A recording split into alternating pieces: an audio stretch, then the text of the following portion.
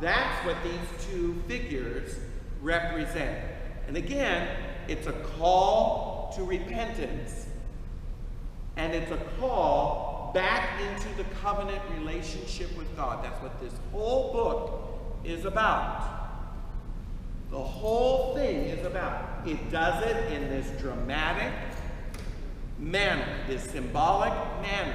But the whole message is fear God and worship Him. Fear God and worship Him. Then we get to the more exciting chapter, of course, chapter 12, the infamous Woman and the Dragon. Chapter 12 begins, and a great sign appeared in heaven, a woman clothed with the sun, with the moon under her feet, and a crown of 12 stars on her head. She cried out with child. She was with child, and she cried out in her pangs of birth, in anguish for delivery. And another sign appeared, a great red dragon, 7 heads, 10 horns, 7 crowns upon his head, and his tail swept down 1/3 of the stars of heaven and cast them to the earth. And the dragon stood before the woman who was about to bear a child, that he might devour the child. When she brought it forth, she brought forth a male child. One is to rule the nations with a rod of iron. Guess who that child is? Jesus.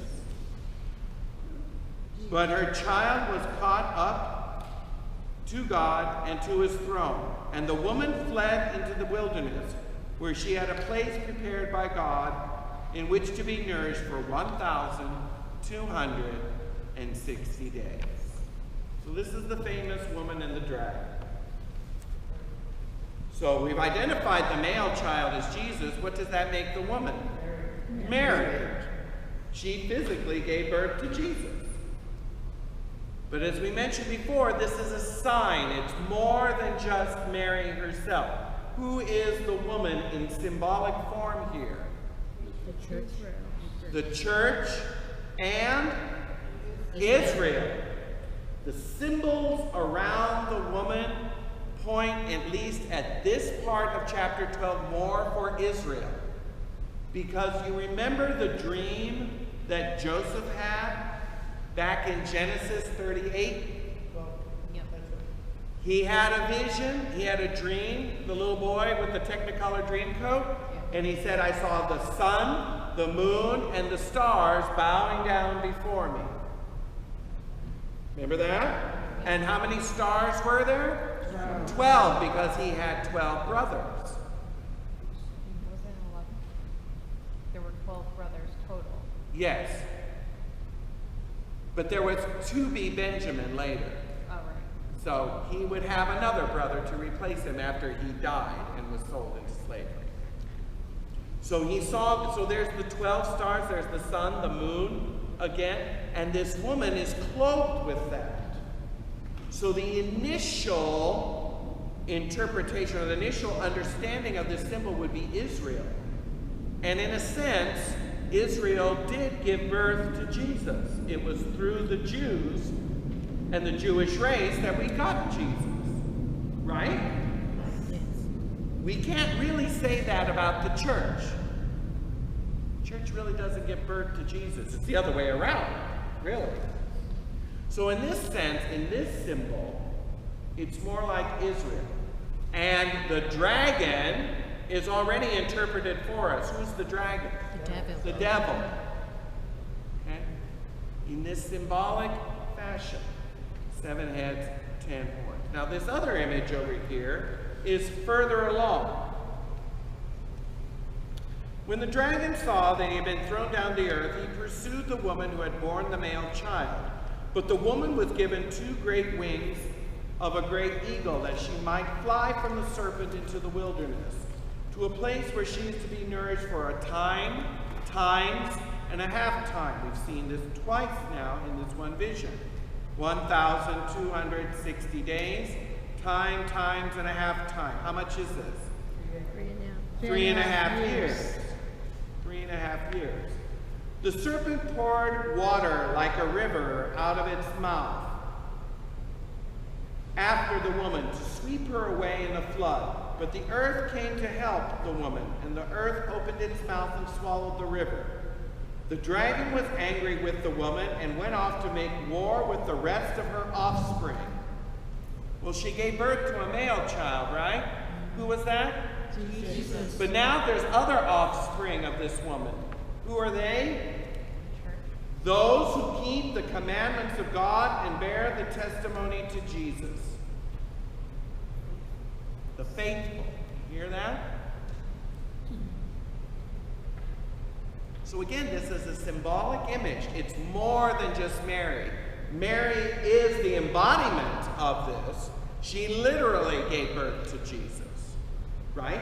But it's more than that. It's bigger than that. We can't just be focused on that and say it's only her. It's an element.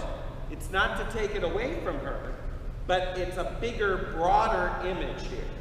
Now in this second image, this second part of the vision, this is more like the church. This is more like the church. Because the devil goes to make war against the church and her offspring, and she's put into the wilderness. You notice that wilderness image came twice. What do we say in our Hail Holy Queen?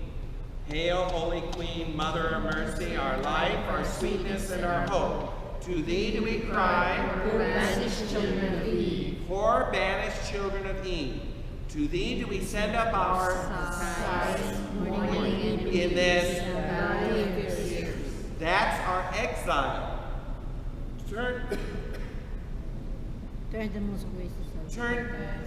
the right side. I broke my train. But say it, keep going from there.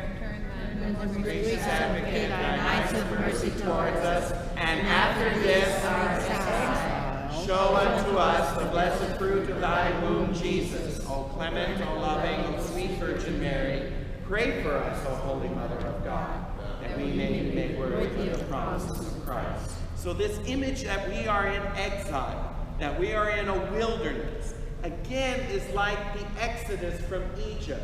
We're wandering in the wilderness here, waiting to get home to heaven. Okay? So this image is of the same Exodus kind of imagery. Are you following me here? Yes. So again, don't get too literal here. The Blessed Mother didn't sprout wings when she was here on earth. That's not it. These are symbolic images of how God takes care of his church, of Israel. Both are the same here. Okay? Two of the same. We now move to chapter 13. Chapter 13, the image of the beasts.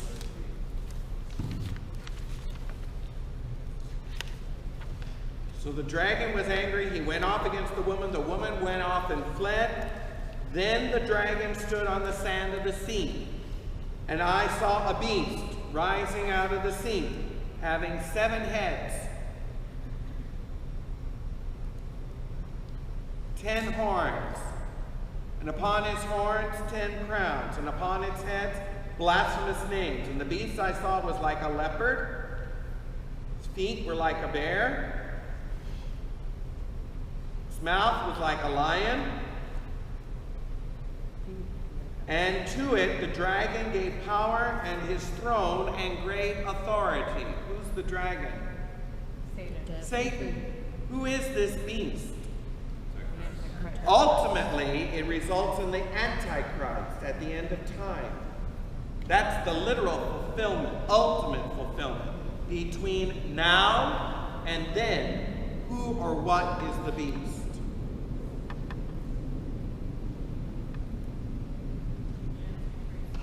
The world.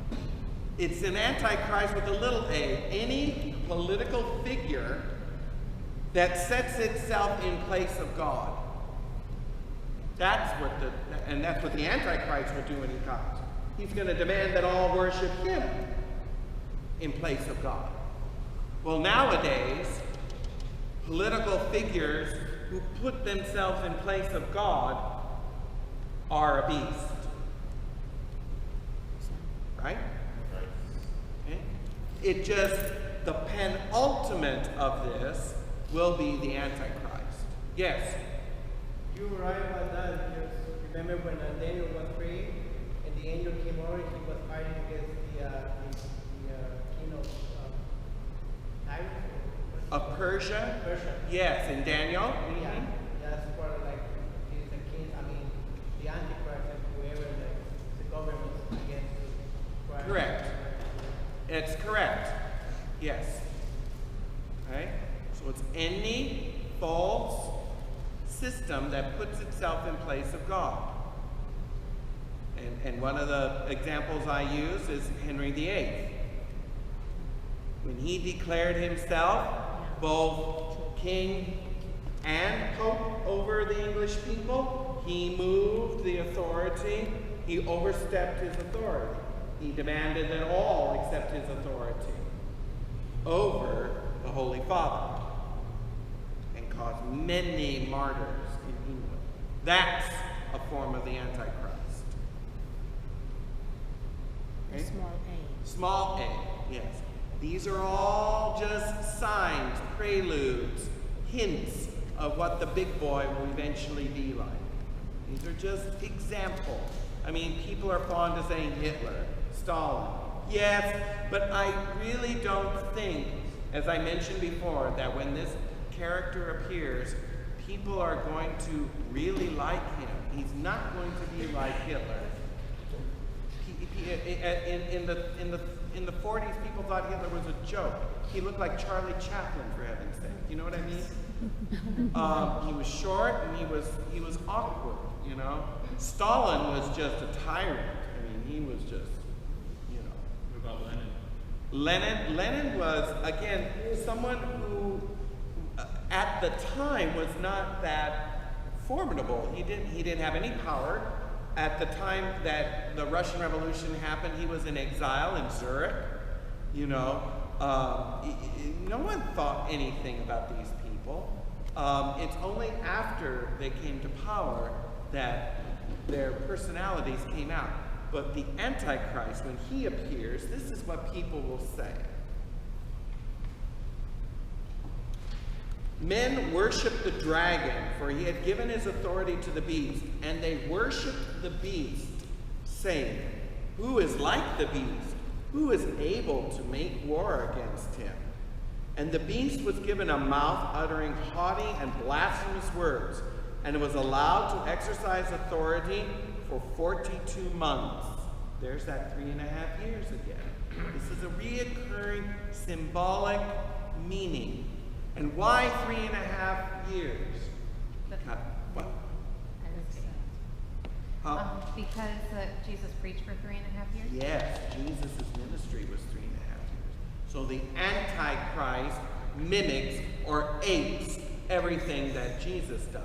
So Jesus preached and ministered for 3.5 years. Guess what? I'm going to do the same thing.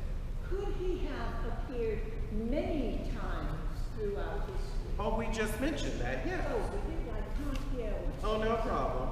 But yes, Henry VIII is an example of this. You could say Hitler is another example of this. The Caesars of Rome were very much like this. In fact, I would say that when the Antichrist comes and begins to rule, it's going to be more like Rome than anything else. It's going to be a totalitarian governing person, and he's going to demand worship like the Caesars demand worship. See, that's why Hitler couldn't have been the Antichrist, because he didn't demand people worship him like God. He was just out for conquest. You see that? Same thing with Stalin. He didn't demand people worship him, but the Caesars, Nero, Domitian, they demanded worship. They put their images throughout the empire, and you had to burn incense to them. You know, Caligula tried to put his image in the temple in Jerusalem, and his advisors warned him against that. But he was a crazy guy. You know, thank goodness it didn't reach Jerusalem. Otherwise, the whole thing would have exploded. You know. Yes. If that's true, is whoever put the peace between Jews and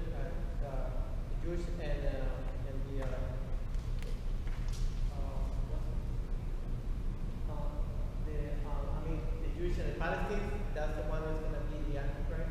Whoever put the peace between them. Personally, I think whoever garners a Middle East peace between the Jews and the Palestinians and the Arabs would be hailed as the man of the hour. Somebody who is charismatic, someone who is, I would say, young. I would go on a limb. This is me speaking. This is this reporter's opinion of the matter. I believe whoever the Antichrist is, he'll be about between 27 and 30 years old. He's going to be young. He's going to be kind of like a Kennedy, you know, JFK. He's going to have that kind of charisma. He's going to be handsome, young, brilliant, and people are going to fall in love with him because he's going to have this kind of charisma. People are just going to be drawn to him. He's just going to have this appeal that it's just, women are going to fall all over him, I believe. He's going to have groupies up and down. And men are going to respect and admire him for his brilliance and his style. He's going to have these kinds of answers that we've been looking for on this earth to bring peace and stability, at least a veneer of it. That's why people are going to say, who can war with him? Who is like him? He's marvelous. See, people weren't saying that about Hitler and Stalin. You know what I mean? Not even their own people. You just thought he's crazy, you know? You gotta take him out. The world's gonna want to do whatever this man says. And you're gonna be crazy for not doing it. I would go even so far as to say there will be some within the church that'll say, you know what? And when he demands that people worship him as God, it's not going to seem crazy. You know why?